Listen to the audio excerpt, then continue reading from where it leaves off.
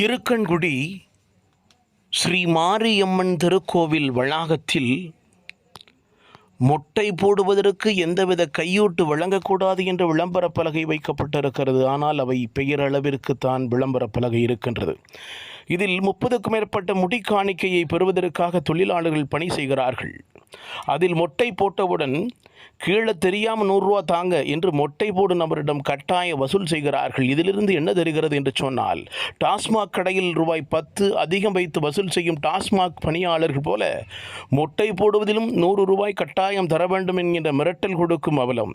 இந்த பணமும் அமைச்சர் சேகர்பாபு வரை செல்கிறது என்று அந்த பகுதியை சார்ந்தவர்கள் பலர் தெரிவிக்கிறார்கள். அமைச்சர் சேகர்பாபு இதுபோன்ற திருக்கோவில்களை பார்வையிட்டு இங்கே சுகாதார சீர்கேடலை தடுத்து நிறுத்த வேண்டும் என்றும் அந்த பகுதியை சார்ந்த பக்தர்கள் தெரிவிக்கிறார்கள். திருக்கோவில் அருகே டாஸ்மாக் கடையை வைத்திருக்கிறார்கள். கோவில் அருகிலேயே சாக்கடை கொட்டி ஓடையாக ஓடுகிறது. இந்த கோவிலுக்கு செல்லும் நபர்களுக்கு சரியான பாதை இல்லை. ஆனால் 300 ஆண்டுகள் கடந்திருக்கிறது இந்த கோவில்.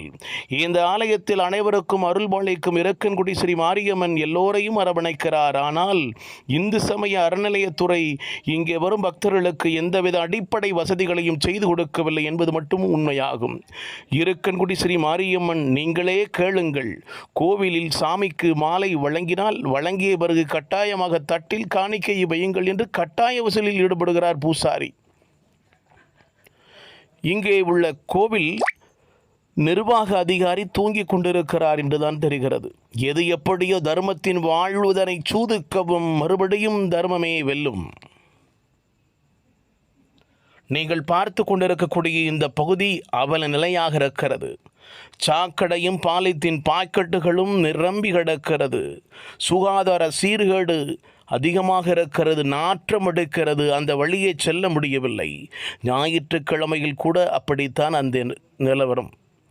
ஆனால் அந்த பகுதியை சார்ந்த சுகாதாரத்துறை அதிகாரிகள் என்ன செய்கிறார்கள்? சம்பளம் மட்டும் பெறுகிறார்கள். ஆனால் பக்தர்களை கண்டுகொள்ளவில்லை. அரசு சம்பளத்தை வாங்கி கொண்டு அரசாங்கத்திற்கு உண்மையாக இல்லை, மக்களுக்கு